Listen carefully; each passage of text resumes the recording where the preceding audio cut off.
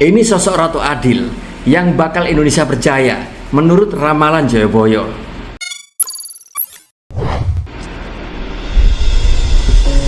Dalam pandangan masyarakat Jawa yang kental dengan nuansa tradisional, dipercayai bahwa masa kini adalah masa kegelapan, yaitu sesuai dengan ramalan yang disampaikan oleh Jayabaya. Keyakinan tersebut melahirkan harapan bahwa dalam waktu dekat sosok Ratu Adil akan muncul sebagai penerang dan penggerak negeri ini, yaitu menuju era keemasan yang baru. Namun dalam riuh redahnya percakapan dan diskusi, akhirnya bermunculan banyak pertanyaan yang tentu saja menggelitik pikiran. Siapakah Ratu Adil yang dinantikan tersebut? Jayabaya yang dulu dikenal sebagai penguasa Kediri pada masa 1135 hingga 1157 dianggap sebagai manifestasi Ratu Adil dan Satrio Paningit. Deretan gelar panjang yang meliputi Sri Maharaja, Sri Wamesmara Madusudana, Wataradita Parakrama, Dikjoyo Tungga Dewama, Jaya Balancono. Di sini menggambarkan citra kepemimpinannya yang adil dan visi yang jauh menembus zaman.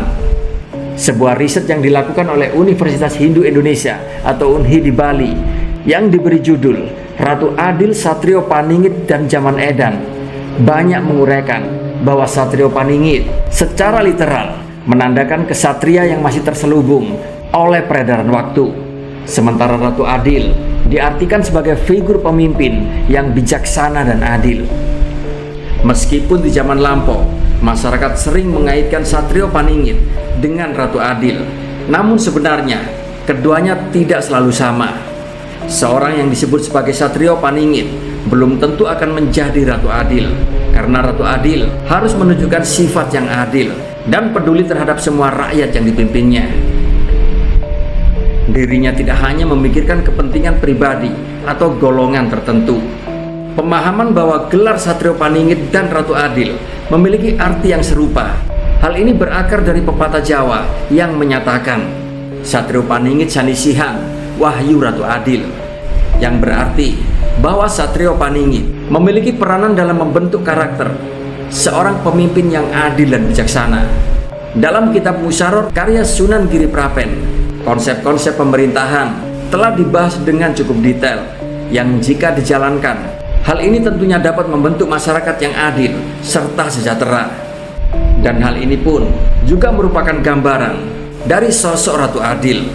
Selain itu, kitab tersebut juga mengisyaratkan bahwa kemunculan Satrio Paningit sebagai kesatria penyelamat yang tersembunyi akan diikuti oleh kedatangan Ratu Adil.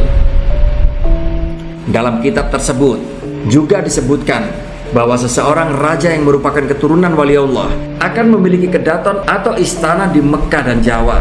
Lokasinya yaitu berdekatan dengan Gunung Perahu di sebelah barat tempuran, yaitu pertemuan antara dua sungai. Simbol tersebut dianggap sebagai representasi dari kejayaan kesatuan Sriwijaya dan hubungan sejarah antara Jayabaya dengan Sriwijaya.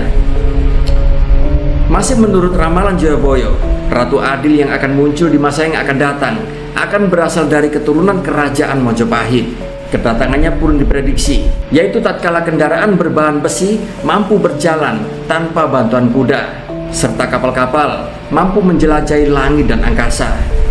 Meskipun di sini Ratu Adil diperkirakan akan menghadapi tantangan yang berat seperti penistaan dan kehidupan dalam kemiskinan, keyakinan akan masa sulit itu pun akan terlampaui berkat ketulusan dan kegigihan hatinya, yaitu menciptakan harapan akan kebangkitan sebuah zaman keemasan yang akan dibawa oleh sosok Ratu Adil.